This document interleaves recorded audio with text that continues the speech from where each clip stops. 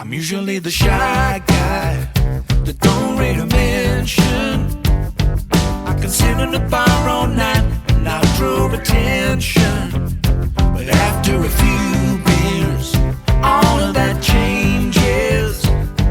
I can find myself in the middle of a bunch of strangers. You know about story toppers, Tracy? Look, you have been busting all day to have a chat to this guy about this next song. Well, he's a great mate of the show's. He's a great mate of ours. Matty Cornell, he's teamed up, as you know, with Mike Carr.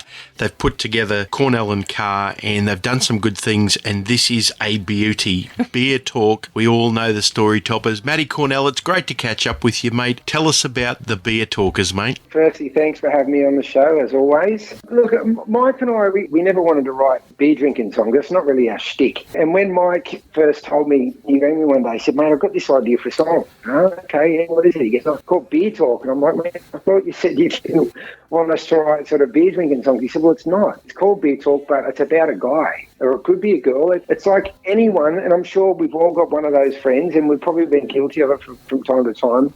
When people drink, they generally sort of can sometimes suffer from that thing called verbal diarrhea or, exaggerating and that kind of thing. It's really a song about this guy. If he walks into a bar, you wouldn't even notice him. But after he's had a few schooners, he turns into that guy, telling tall stories and that kind of thing. So it's a bit of fun. Well, I've always said to Tracy, I've told her a million times I don't like exaggerators. I don't like people who exaggerate. We all know those, and we like to call them the story topper, the person that can, mate, if they've been there, they've done it. They've done it longer. This was bigger. Absolutely. So how did the inspiration for Mike come around? Is this someone that he knew? He talks about he had a guy at school that was that classic guy, and so he probably sort of took a bit of inspiration from him, and then as we both started working on the song, it just sort of grew from there. But it's funny, where lines and words and things can happen within a song. There's a line in the song, I had Snoop Dogg's number in my phone, I had more tattoos than Post Malone. Well, we were sitting out the back of Mike's writing like we've done so many times, and we were stuck on, initially it was Faith Hill's number. I had Faith Hill's number in my phone, and Mike said, now, it can't be Faith Hill. It's got to be someone a bit more modern, a bit more hip, And then I was thinking, what about Gaga? I had Gaga's number in Faith. Like, no. And then it was Mike's wife. She just walks out the back with a cup of coffee and goes, how about Snoop Dogg? We both just looked at each other and went, yes, we love it. So Perfect. You just never know where these things can come from. Well, I know what the beer talk's going to be around the household. Do you remember that time I wrote that song for you and Matt? Yes. Right? Oh, yeah.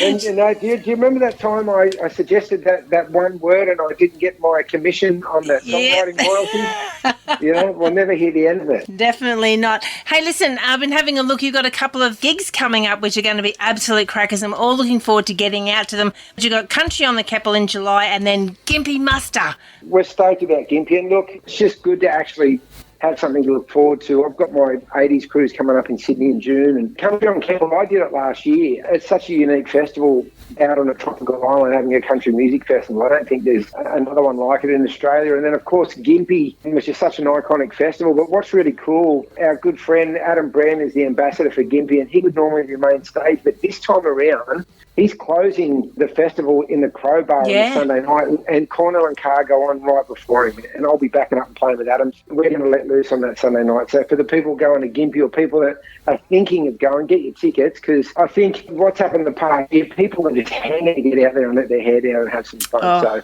it's going to be a ripper. There's the scoop, folks. If you were one of these people that thinking, oh, you know what, I might sneak off Sunday afternoon I can get back to work on Monday. Call the boss now, let him know that you're sick and you can't be there because you got a date with Cornell and Carr. It is one thing to be on that main stage, and it is incredible to have that sea in that big pit there at Gympie, but the Crowbar is absolutely probably the most iconic bar in the whole area there at Gympie, so it's going to go off like a frog in a sock, mate. No, you're right, Trace, and it's funny, you're right, like main stage, I've done it many times. It is a buzz when you're up there looking out over the massive sea of heads, but the Crowbar, it's pretty raw, I think because it's usually quite late as well, everyone's pretty loose, which just adds to the fun. We can't wait for Mike and I. Like Cornell and Carr, we sort of started, I think it was maybe 2019 when we sort of had this idea of doing something, and it seems like we've done a lot since then, but the last 12 months, we haven't really had a chance to play that much. We've done a bunch of duo sort of gigs, and we've only done 3 or 4 band gigs, and I think